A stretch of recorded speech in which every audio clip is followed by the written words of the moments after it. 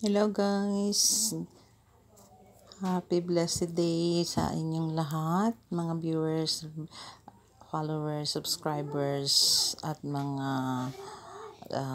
silent viewers. Maraming pong salamat sa panonood nyo at sa pagtangkilik po ng aking video, although hindi po ito kasing ganda ng mga iba at kasing order, pero pinipilit ko po na magkaroon ako ng upload dahil papatay-patay sindi po ang aming electricity. Palagi pong may brownout, kung hindi sa umaga, sa gabi. And it's totally not only 1 hour the brownout, but it's always a whole day and sometimes whole night. Kaya pagpasensyahan na po ninyo, hindi ako po makapag-edit ng maayos, at nawa po ay kahit sa simpleng upload ko ay magkaroon po kayo ng idea at na magkaroon po kayo ng tamang pangunawa sa aking ginagawa araw-araw, dahil yan po ang mga araw-araw kong ginagawa dito sa probinsya namin. Masarap po manirahan sa probinsya dahil nandyan lang ang mga gulay, ang mga masipag ka lang magtanim at masipag ka lang gumawa ng paraan para ikaw ay mabuhay ng simple, tahimik, ganyan po. At ito po ang nakikita ninyo sa aking video ay ang talbos yung pinakang talbos po ng kalabasa. Noon po ay hindi ako kumakain ito at unknown po sa aking pagkaalaman na akala ko po hindi ito pwedeng kainin. Yung pala po pwedeng kainin. Hindi lang po yung dahon ng ampalaya, but also ito po ay nakakain po kahit yung bulaklak nito. Wala po ako makitang bulaklak kasi kailangan ko po yung bulaklak para po mate ko doon sa mga bulaklak na babae na siyang magbibigay sa akin ng bungang kalabasa. So marami po akong nakuha ngayon dahil napakalago po ng aking kalabasa. Although kahit summer, pero masipag po ako dilig. At ito po yung na-harvest ko ngayon na mga dulo niya para hindi po siya patuloy na lumalakad ang kanyang mga sanga. Kasi ang haba-haba po talaga ng mga sanga niya. Kaya kinuha ko po ito. At ang paglinis po nito, ang papraan po para magulay po natin ay yung pinakandulo lang po ang kukunin ninyo. Ayan, yung pinakandulo. Tapos kaskasin niyo yung ano niya, yung balat niya dahil medyo magaspang. At kapag yan po ay maging maayos na at hindi na magaspang, ready na po yan hugasan at ready na po yan para igisa. Kung kalabasa po na laman ang ating isasama, okay lang po. At kung i-mix naman po natin sa ibang gulay, okay lang din po. Kung halimbawa ito, dahon ng kalabasa at dahon ng malunggay, napakasarap po.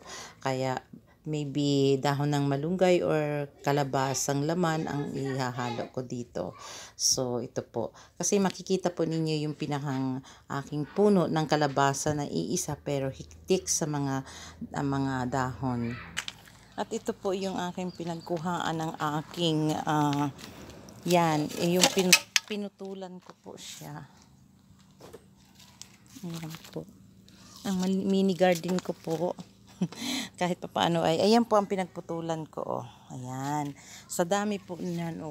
At saka marami siyang, hindi ko po nakukuhaan yung iba kasi may mga buko po siya na yung magbibigay na siya ng mga buko ng yung tanim.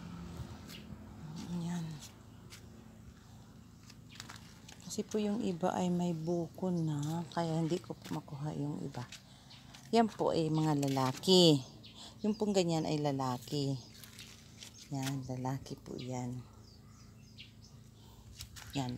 Ito po lalaki yan. Pero kung yung may buko sa gitna bago saan na yan? Wala pa ako makita. Kanina nakita ko po yung may buko na siya. Eh yun po ang babae at yun po ang magbibigay ng bunga ng kalabasa. Yan. Salamat at maraming mga magbubulaklak. Kasi kinakapos po ako sa nagbubulaklak dahil wala po akong mapag-mate sa kanila. Kasi kailangan nyo pong iganyan sa kanyang ano yung doon sa may buko. Saan na yung nakita ko kanina may buko. Kung hinahanap mo hindi mo makita. Ayan, saan na yun? Wala. Ang hirap anuhin. Kitain. Kanina nakita ko eh. May buko na siya. May buko siya. Kasi pag may buko po, kailangan talagang alagaan siya para siya po tumibay at kumapit. Ito po medyo nalanta na ng ano.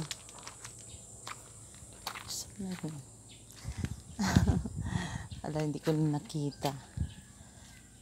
Meron pong buko dito maliit na. Kita ko po.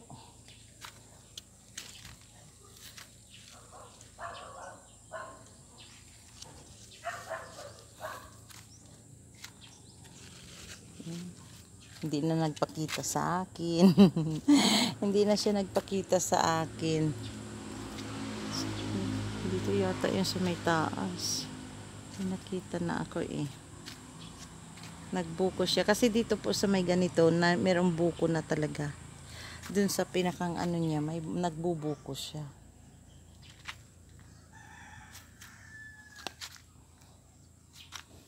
Nagbubuko siya. Wala. Hindi ko.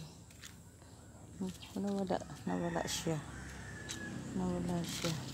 Ang ingat ko pong mag-ano dahil ang gaspang makati sa balat itong ano niya. Mga dahon.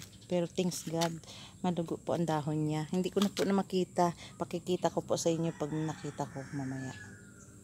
God bless you po. Thanks for watching.